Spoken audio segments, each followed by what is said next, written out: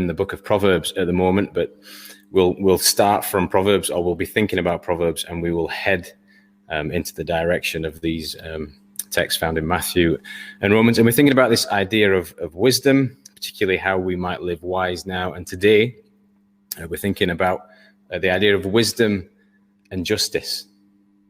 And I want to start with a little question for you, just something for you to think about.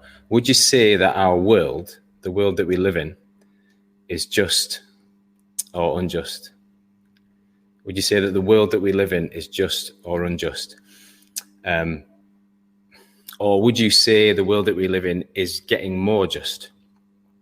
Or is it getting less just? The last but one president of the United States, Mr. Obama, he had a few phrases that he said that I liked. I wonder what you think about them. He said on one occasion, "There's no better time to live than to live now, because of the way that the world is now." He also said, and he said this phrase a few times, and again, I like this phrase, but I don't know what you'll think of it. He says the arc of human history points towards justice. The arc of human history would point towards justice. I think he's saying it's getting better. It's getting better. And yet, and I hear what he's saying, and part of me looks around and I think, well, yeah. And yet I will watch the 10 o'clock news tonight with my kids, it seems to be the Gibson family way. And I'll watch a couple of items and I'll need to send the kids to bed. I'll need to filter the news. I'll become aware of how much injustice there is in the world, and realize again the fact that I don't want to expose them to all that just yet, because there's so much injustice out there. So the question that sits over the talk, if you like, at the moment is, how do we live just in an unjust world? How do we live wisely, rather, in an unjust world? Do we try and change it? Do we accept it? Do we hide from it? What do we do? So a few notes from the Proverbs. I think the Proverbs tells us a few things about what injustice is. The first thing I think that it tells us is that with Christianity, justice is part of the deal. With faith in a holy God, justice comes along as part of the deal. A desire for justice comes along as part of the deal. So when you're thinking about, particularly if you're watching this and you're not somebody of faith, if you're thinking about what the deal is, if you're thinking about what you're signing up to, or if you're thinking about what you've signed up to, if you're already a Christian, or if you're thinking this is what you need to be aware, this is what you're rejecting. It is, when you think about what it means to be a Christian, you're thinking about lots of things. You're thinking about, well, I need to maybe improve my language. What will I need to dress like? Well, I need to go to church. You're thinking about all these things. What it is, in a sort of a primary way, is that its people are to be advocates for justice. There's this brilliant moment. I've not got the text on the screen. It's in Matthew 25, 31 to 40. If you're listening back and you want to pause and you want to have a look at the text, it's worth reading. And I'm sorry we can't share it, but I'll read it out for you. There's this brilliant moment when, and it's in a group of stories that Matthew puts together, where Jesus is telling parables about end times, what it will be like at the end of human history. And then there gets this brilliant moment when Jesus talks about, he stops telling stories, as it were, stops telling parables, and he gets literal about what it's going to be like. And he talks about the kind of people who are going to enter the kingdom of heaven. And he describes people, so I'll read it out to you, so listen into the text, but he describes people who are actively caring for the poor as becoming citizens of heaven. Let me read this text to you. So it's just it's quite a few verses, but just bear with it. It's a really cool, informing story. It says this from verse 31, when the Son of Man comes in his glory and all the angels are with him, he'll sit on his glorious throne. All the nations will be gathered before him. Quite a picture. And he will separate the people one from another as a shepherd separates the sheep from the goats.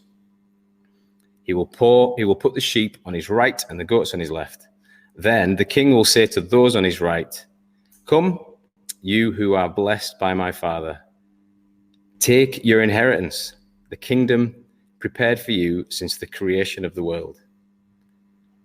Listen to this. For I was hungry, and you gave me something to eat. I was thirsty, and you gave me something to drink. I was a stranger, and you invited me in. I needed clothes, and you clothed me. I was sick, and you looked after me. I was in prison, and you came to visit me.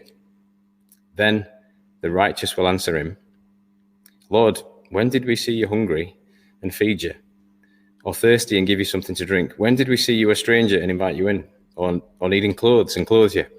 When did we see you sick or in prison and go and visit you? And the king will reply, truly I tell you, whatever you did for one of the least of these brothers and sisters of mine, you did that for me. So here's what happens in that little text. The king meets some people, and they don't think that they've met him. And he pays tribute to them for the way that they've treated him. And they're thinking, as they look towards this king, I'm not sure we deserve this. I'm pretty sure we've not seen a king or done anything. You know, they're humbled by this moment. They're thinking, we've not really met a king. We've not engaged with a king. And then the king says, King Jesus says, whatever you've done for the least of these, whatever you've done for the poor people, it's like you've done that for me. And Jesus is talking here about the end of all things. He's talking about the journey towards eternity. He's talking about the rewards of heaven. And it's the way he describes it. It's not like, if you want to get to heaven, you should start caring for the poor. You know, if you want to get the heaven ticket, go and, you know, start caring for the poor. It's more like the kind of people that are in heaven, the kind of people that are heading towards heaven, the kind of people that are going to be there are the kind of people who are just looking out for the poor. It's just the way that they are, if they've encountered this living God, if they've encountered this Jesus. So have a look at these Proverbs with me. Proverbs 14:31 says, whoever oppresses the poor shows contempt for their maker. Whoever oppresses the poor shows contempt for their maker. Whoever is kind to the needy honors God. And the second proverb I want to share with you is even more direct than that, about how a faithful, God-fearing Christian should think about the idea of justice. Proverbs 19 verse 17 says, whoever is kind to the poor lends to the Lord. Think about that as a concept. Whoever is kind to the poor lends to the Lord, and he will reward them for what they have done. Here's the first thing that I think Proverbs reminds us about justice, about living wisely, is that it's part of the deal. It's not something that we have to search for that becomes a deal breaker. It's just something that becomes part of the nature of somebody who's looking to head towards the kingdom of God, who's moved by this story of faith. And just as I think about this, as I think about the fact that we're heading back to church, I think, well, what are we heading back to? What are we getting so excited about? Trying to stir people up to meet together and have a coffee together and sing together and all that kind of thing. And in part, it's because I want, because we know what church is and we know what it does. But in part as well, it's because we are stirred. Because God calls together a bunch of people to be stirred and to be moved by the injustices in the world. We were thinking a little bit at the start about the cafe and about other, we call them ministries, don't we? Other ventures that we have. And sometimes it can feel a little bit like we're just trying to fill the week.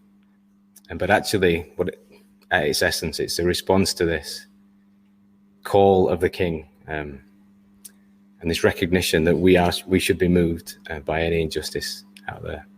That's the first thing. The second thing that Proverbs teaches us, I think, is that justice is intuitive.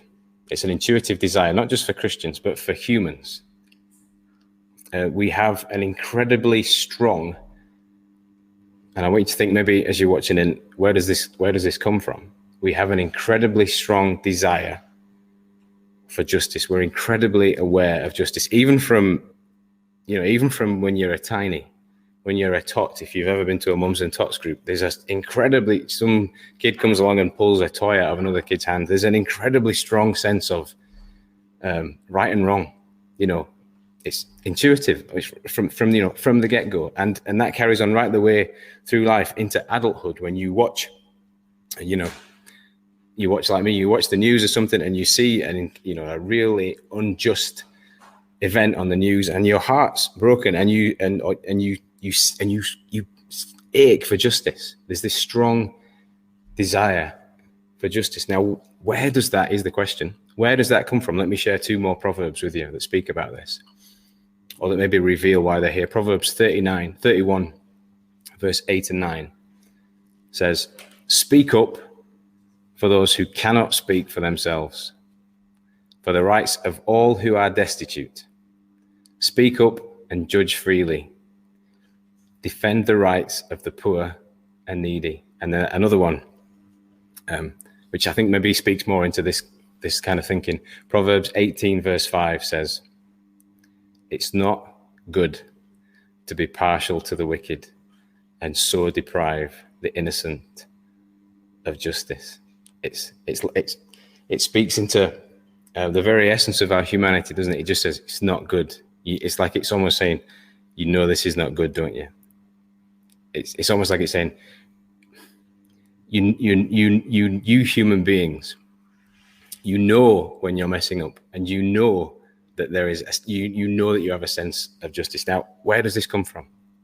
I guess is a little sidebar question you could put underneath it. You could, a lot of people would look at the world, and sometimes you might feel this as somebody of faith. Even you might look at the world and go, "Man, it's so unjust. How can there possibly be a God?" Or you could look at it and say, "Man, my heart aches at the injustice in the world." Now, where on earth does that come from? What on earth could that point to? If we're just floating around on a big ball of dust and gas, why does my heart ache when there's injustice in the world? Anyway, second question to put underneath as you're thinking that stuff through. Given our desire for justice, given the human desire for justice, given our knowledge, whether you're a Christian or not, that justice is a good thing, why have human beings failed to realize justice? Why have we not been able to achieve it? Why, in however many thousands of years that we've been here, with this ache for justice, the fact that we've constantly looked out on the planet and ate, and we know that it's a good thing, why have we not managed to achieve it? Jesus, I think, gives us a bunch of reasons, and I'm going to highlight 2. So listen to this and see what you think about these 2 reasons I think that Jesus gives, and we're going to refer back to that text in Matthew as we think about these things. 2 reasons Jesus gives as to why human beings struggle to achieve justice. So the first one, and I guess these are like nuts and bolts of the sermon moments. If you're having your tea late tonight and you want to try and, what did he say? You want to have that moment where you go, what did he say again, the speaker? What was he talking about? And you go, I can't remember. Then these are the 2 things that hopefully should get you back on track, if you want to get back on track. First thing that Jesus points out in the human struggle for justice, I think, is that you can't. One of the things he says, and it goes against the grain of everything that human beings have tried, he says you can't prescribe or legislate for justice. And just let that sink in. You can't prescribe it. You can't legislate towards justice. Second thing that I think Jesus says is, he says, and this is even, I think, a bit more of a shocker. He says you need to see yourselves. If there's going to be justice in the world, you, me, everybody else needs to see themselves as part of the injustice.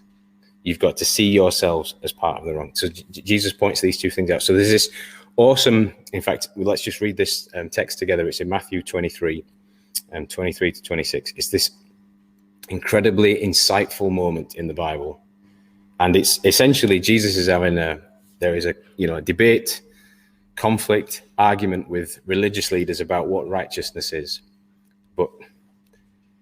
And he identifies the struggle in religious people, but I think there's lessons for all of humanity in the way that Jesus deals with this. It sort of speaks into our human struggle for justice. And a little footnote in terms of helping understand the text and text like this, the word righteousness comes up a lot in Matthew's gospel, and it comes up a lot in Paul's letter, particularly to the Romans and that sort of thing. And we have a strong sense of what righteousness is. One of the things that some commentators, John Stott is at pains to point this out. He's I was going to say a good commentator. I'm not going to use that. He's a commentator who I trust particularly. He says that the idea of righteousness and justice are incredibly close together. The words, it's almost like when you came to write the version of the Bible in English, you really had to work hard to separate these two things out. Now, to us reading them thousands of years later, they feel like quite different things.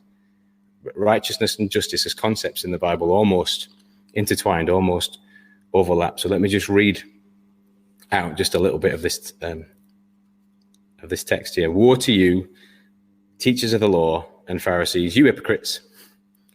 You give 1/10 of your spices, mint, dill, and cumin, but you've neglected the more important matters of the law, justice, mercy, and faithfulness. You should have practiced the latter without neglecting the former. And then I think this is Jesus. As far as I can figure it out, this is a joke, I think, at the Pharisees' expense. He says, you blind guides.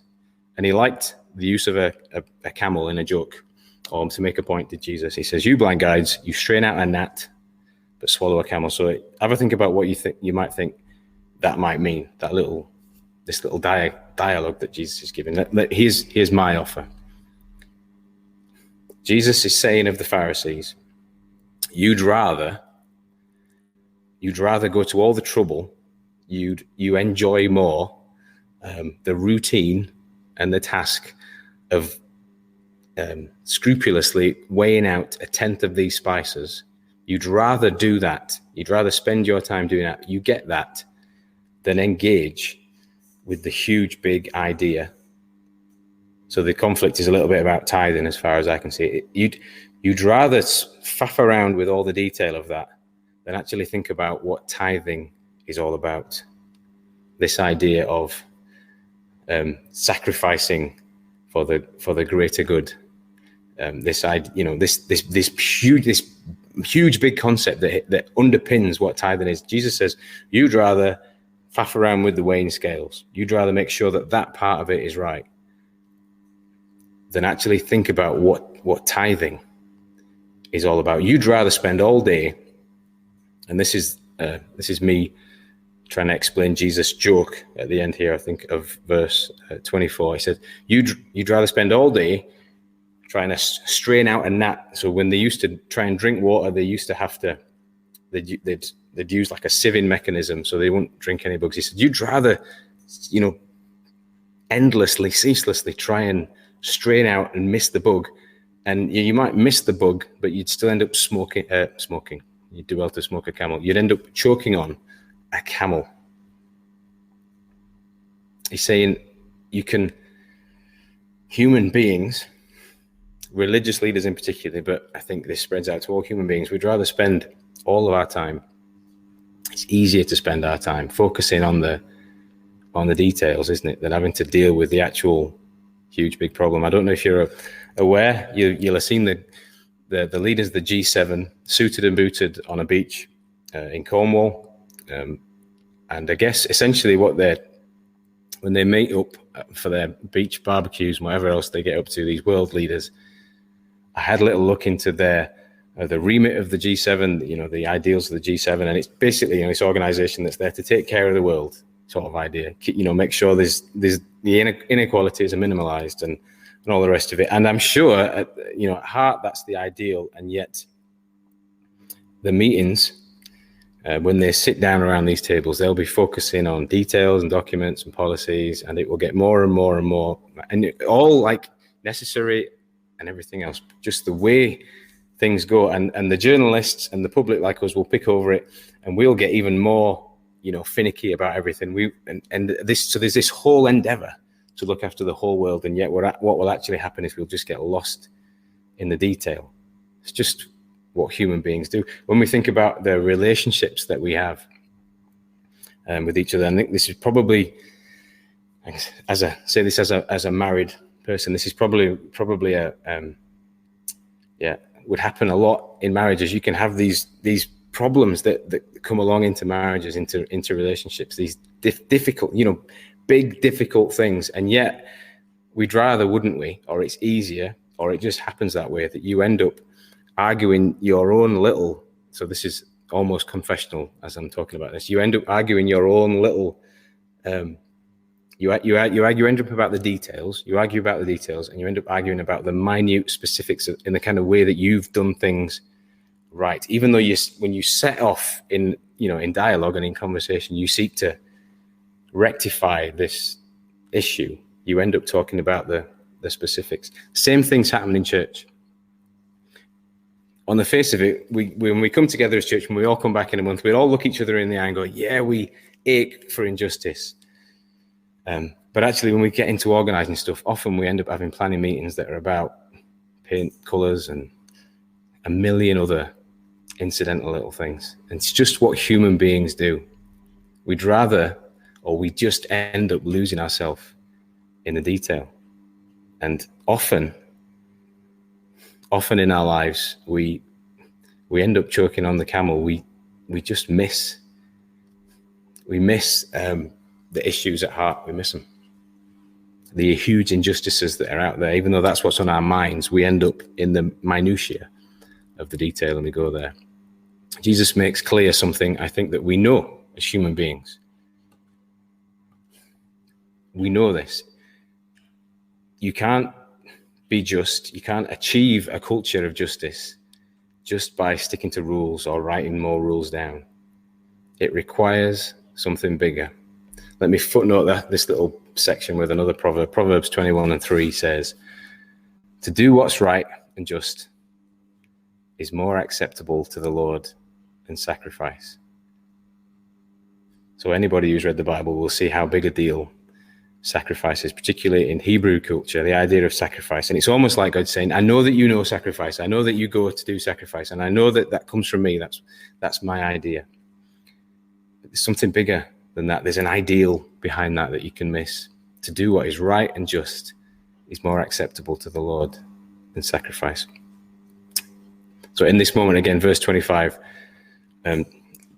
woe to you, teachers of the law and Pharisees. Remember, we're thinking about how this passage will help us understand what justice is and the human errors that we can make in trying to achieve justice. Woe to you, teachers of the law and Pharisees, you hypocrites.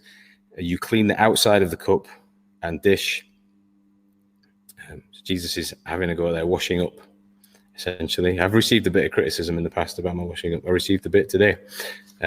Jesus says here, you clean the outside of the cup and dish, but inside you're full of greed and self-indulgence. Blind Pharisee, first clean the inside of the cup and dish, and then the outside will be clean. What's Jesus saying? It's pretty obvious, really, what he's saying in this moment.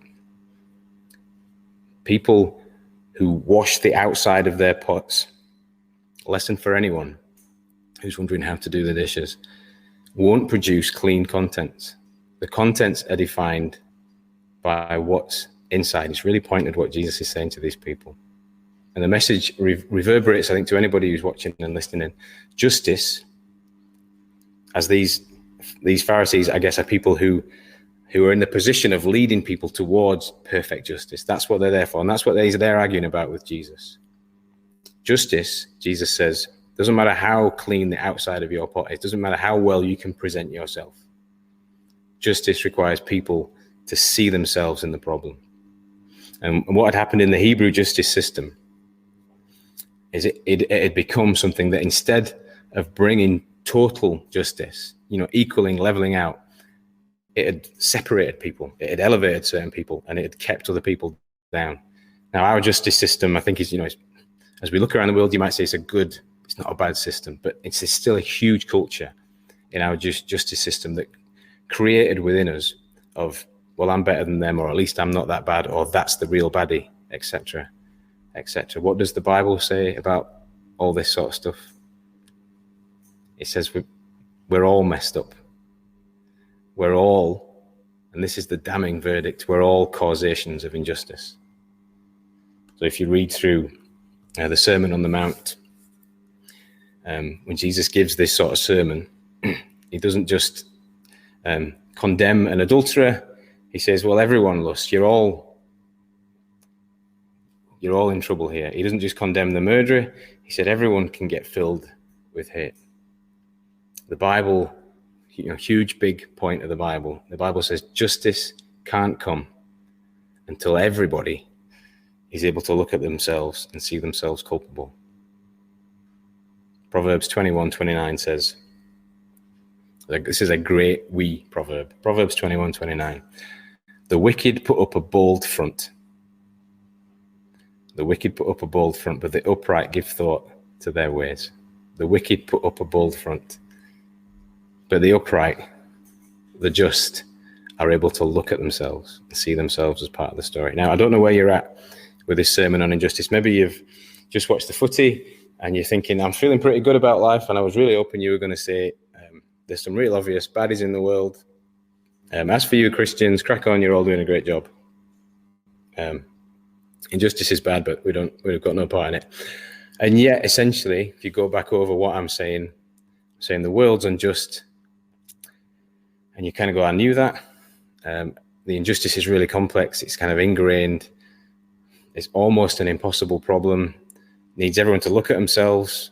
There's no amount of legislation that's going to fix it. Great news, Ash. Thanks for that. And on top of that, you're saying, I'm culpable. Thanks. Great. And part of me says that, and I'm like, don't really want to give that kind of sermon, especially after England have won. I'd rather have some sort of upbeat moment. But part of me doesn't mind that on a sermon on injustice or justice, that we feel it. Do you know what I mean? We feel the ache of it. I kind of don't want to talk about, I don't want you to watch the news tonight and see something terrible and just be able to switch off from it. I want it to resonate. So let's go back to that question in that how then, given all this, how on earth can we live wise lives in the midst of all this injustice? Like we said at the start, do we ignore it? Do we distract ourselves? Do we just go in a corner and cry? What do we do? I just want to share one verse to wrap it up. It's two verses. Romans 1:16 and 17, which I think sheds an incredibly helpful light on this whole thing. And this is the end of the talk. And it almost, as I'm thinking about how the sermon's gone, it's been a lot of, it's tough. And this is the real light at the end of the tunnel. There's a big, what I would say is a big Bible theme that runs through the Bible that Paul picks up on, and he eloquates in this couple of verses. And it's kind of, even though you live in really unjust times, I think this is what I would say the Bible says to us. Even though you live now in really unjust times, and I think the Bible does say that. It says that the first bit of Romans chapter 1. You've seen enough, not just to wait on future justice, but to be able to live it now. Even though you live in really unjust times, big Bible point, you've seen enough, not just to wait on future justice, but to live in it now. Let me read out Romans, and please read it out with me. Even go to the trouble of reading it out aloud if you want at home. It's an awesome verse. And I often wonder, like as I read it today, I'll be really honest with you, I scribbled in one of my older Bibles because I felt like I saw it in a new light. So maybe I think the Bible can do that. Read it again with me, and maybe read it out loud, because I think the Bible can speak again to us. Romans 1:16 to 17. I'm not ashamed of the gospel, because it's the power of God that brings salvation to everyone who believes, first to the Jew and then to the Gentile. For in the gospel, the righteousness of God is revealed,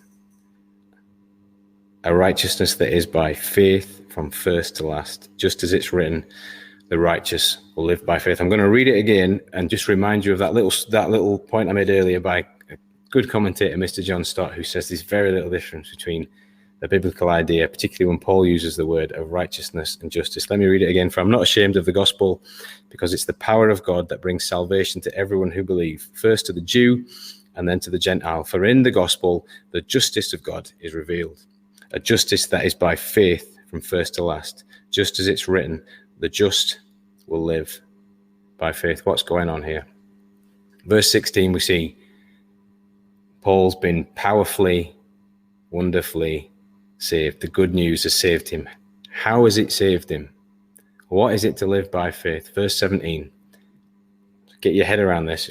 You've read this verse a few times. Have another look at it.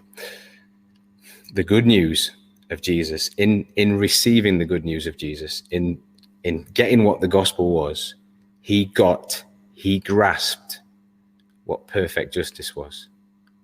That's what he got. That's what he got his head around.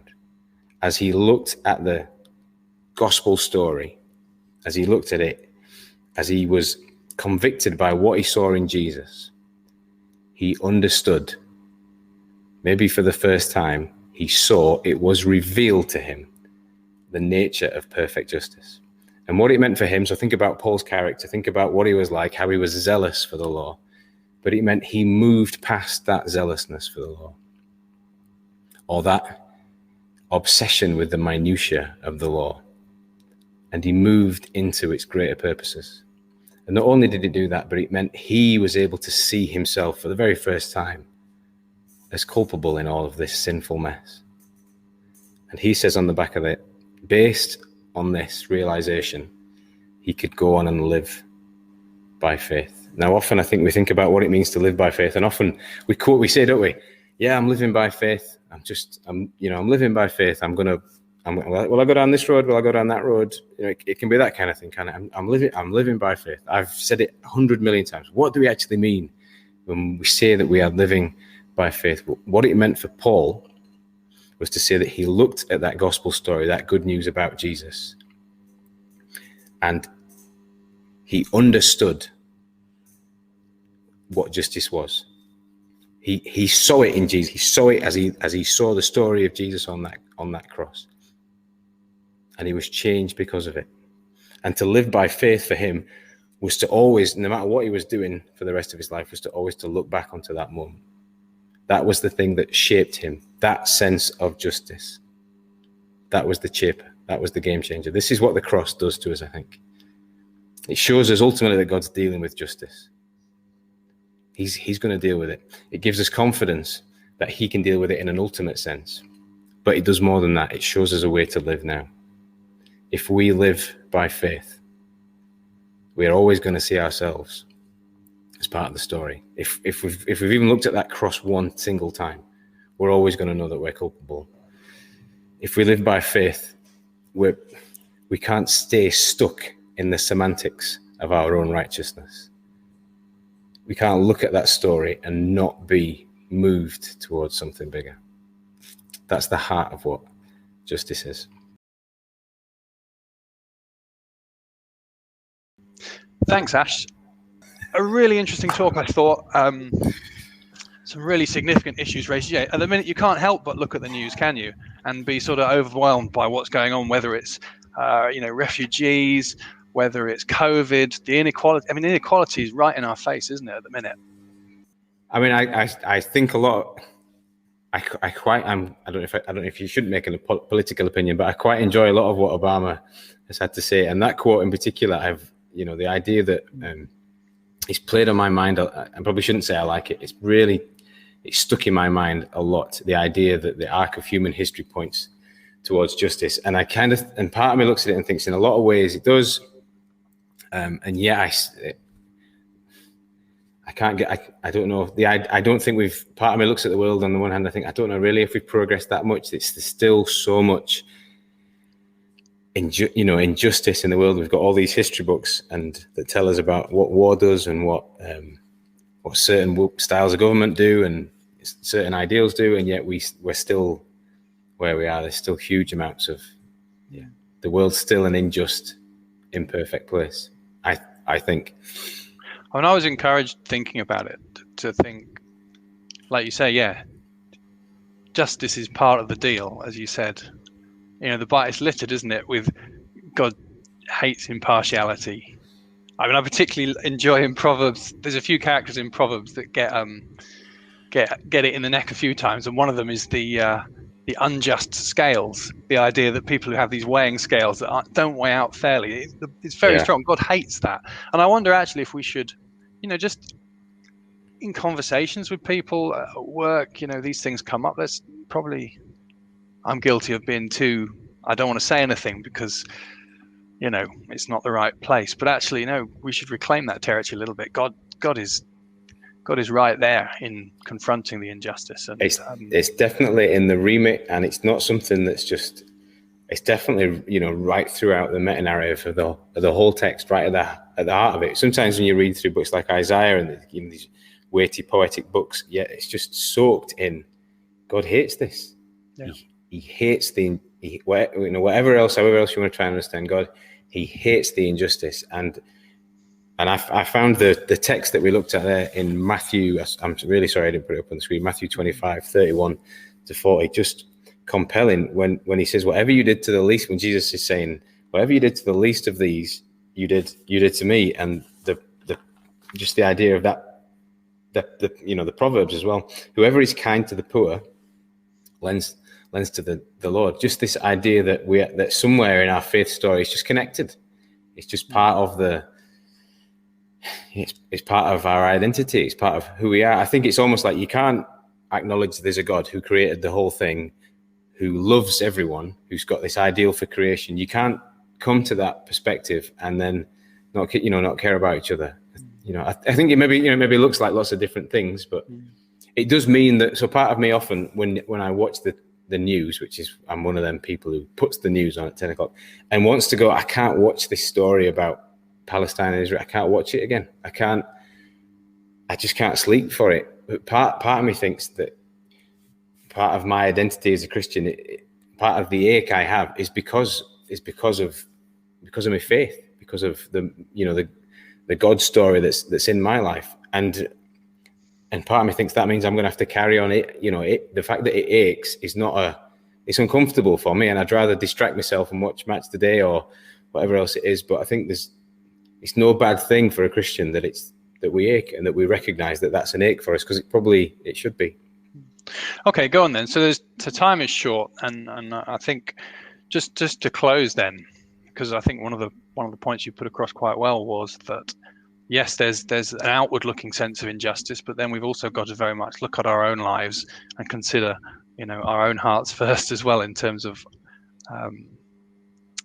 cleaning the inside of the cup as well as the outside. What if there was one action for ourselves in terms of looking at ourselves, and one action in terms of how we interact with the world? What would you say? Is there anything particularly? One thing that we can do, sort of internally, I think it's enough to those two things, to look at ourselves, to be able to, and to do that would mean, I think you'd have to get. I find that you have to get up nearly every day and I was nearly said determined to do it, but I think that's probably arguing against the sermon that I've just given. I don't think you can determine to do it. I think that's why it's a faith in the cross story. I think that's why we have a story like the cross, which just stops you in your tracks. So I think, it's the Sunday school answer again, but it would be to look towards Jesus a bit more. If you want to be able to look at yourself, I think that's the only way to. It's the only thing that's broken through with me. That'd be the only thing I could say. It's a constant wrestling match for me, not to, particularly like I get in the car or something like that, and I want to go, oh, they, I make absolute statements to go, oh, they always do that. This, woe is me sort of stuff. And I think the only thing that challenges that, speaks into it with any power in my life, is the story of the cross. So I think, that's why I think the gospel is. That's one of the reasons I think it's good news. And I think that's one of the reasons we say we've got to be careful when we talk about how we live by faith, because I think to live by faith is to have that sort of influence, on us all the time. I've rambled. You've asked me for a concise thing, and I've no, that's perfect. Thank you. Thanks, Ash. Well, thank you, everyone. I think we'll draw it to a close there, given the time. Just to say, this is the last of our series for now, looking into the book of Proverbs. We will be coming back to it later in the year, so do watch this space. Next week, we're starting a new series looking at some of the Psalms. I'm sure we'll talk more about that next week. So please come back next week. Thank you for joining, and take care, and God bless. God bless.